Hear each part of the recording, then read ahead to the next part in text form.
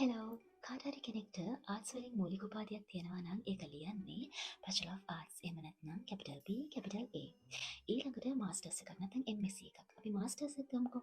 Master එකක් තියෙනවා නම් ඒක ලියන්නේ Master of Arts. ඒක ඕනනම් ස්පෙસિෆයි කරලා ලියන්න පුළුවන් Master of Arts in Mass Communication එහෙම නැත්නම් Master of Arts in International Relations. ඒ විදිහට ඊළඟට Big Boss PhD මම PhD එක ලියන හැටි කලින් වීඩියෝ එක කරා. ඇත්තටම මේ වීඩියෝ කරේ PhD එකක් තියෙන මිනිස්සෙක්ට නෙමෙයි PhD එකක් තියෙන මිනිස්සෙක්ට කියන්න ඕනේ PhD ලියන්නේ කොහොමද කියලා. හැබැයි අකුරු තුනක් දැක්කට පස්සේ ඒකට රැවටෙන්නේ නැතුව අම්මා PhD එකක් තියෙනවා මාරු කියන්න කලින් ඒක ලියලා තියෙන විදිහෙන් අදාළ පුද්ගලයාට ක්වොලිෆිකේෂන් එක තියනවද නැද්ද කියන එක PhD එකක් නැති මිනිස්සෙක්ට තේරුම් ගන්න පුළුවන්. I'm sleepy. Don't mind my eyes. අමාරුම දිබතයි. මේ කරන්නම ඕන කියලා හිතන නිසා මේ කරන්නේ. දැන් වෙලාව 11යි.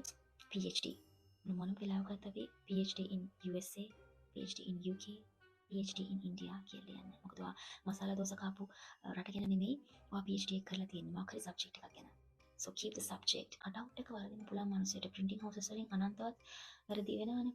හැබැයි certificate එකක ඒක වරදින්න බෑ. ගෑනු ළමෙක් වුණාම කොස්මැටික් එකක් ගන්නවා නම් ඒක බ්‍රෑන්ඩඩ්ද කියලා බලනවා තියෙන ෆොන්ට් එකෙන් පවා. ඒ රට බලනවා.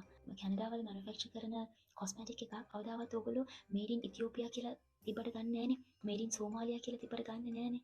ඊළඟට පාන් ගෙඩියක් ඔයගොල්ලෝ ගන්නවා නම් ඊයේ සඳුදා සුපර් මාකට් එකට දාපු ස්ලයිස් බ්‍රෙඩ් එකක් ඔයා ගන්නේ නැහැ. ඔයගොල්ලෝ බලලා ගන්නේ ඊයේ සුපර් මාකට් එකට දාපු ස්ලයිස් බ්‍රෙඩ් එකක්. ඉතින් ඇයි තමන්ගේ ළමයාට දෙන අධ්‍යාපනයේදී ඒක ගැන හිතන්නේ නැත්තේ? වීඩියෝ එක ඉවර කරලා ආයෙ මට හිතුණ දෙයක් ඇඩ් කරන්න. ඊට කියන්න පුළුවන් ඉතින් කමක් නැහැ මොකක් හරි දැන් මට PhD ඕනේ නැහැනේ ශිෂ්‍යත්වයට උගන්වන්න. ඕනේ නැහැ තමයි. PhD ඕනෙත් නැහැ, මාස්ටර් ඕනෙත් නැහැ, බැචලර් එකක් ඕනෙත් නැහැ ශිෂ්‍යත්වයට ළමෙක්ට උගන්වන්න. එහෙම ඕනේ නැත්තම් ඇයි දෙයියනේ කටවුට් එක බොරු දේවල් දාන්නේ?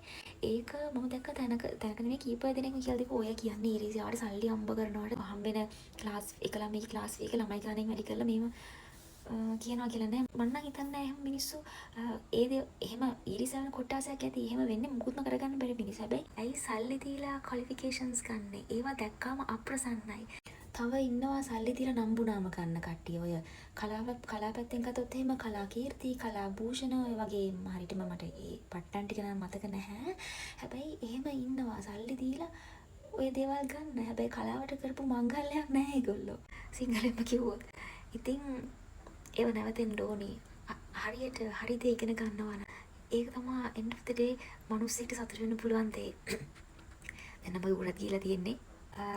ඉතින් okay bye again.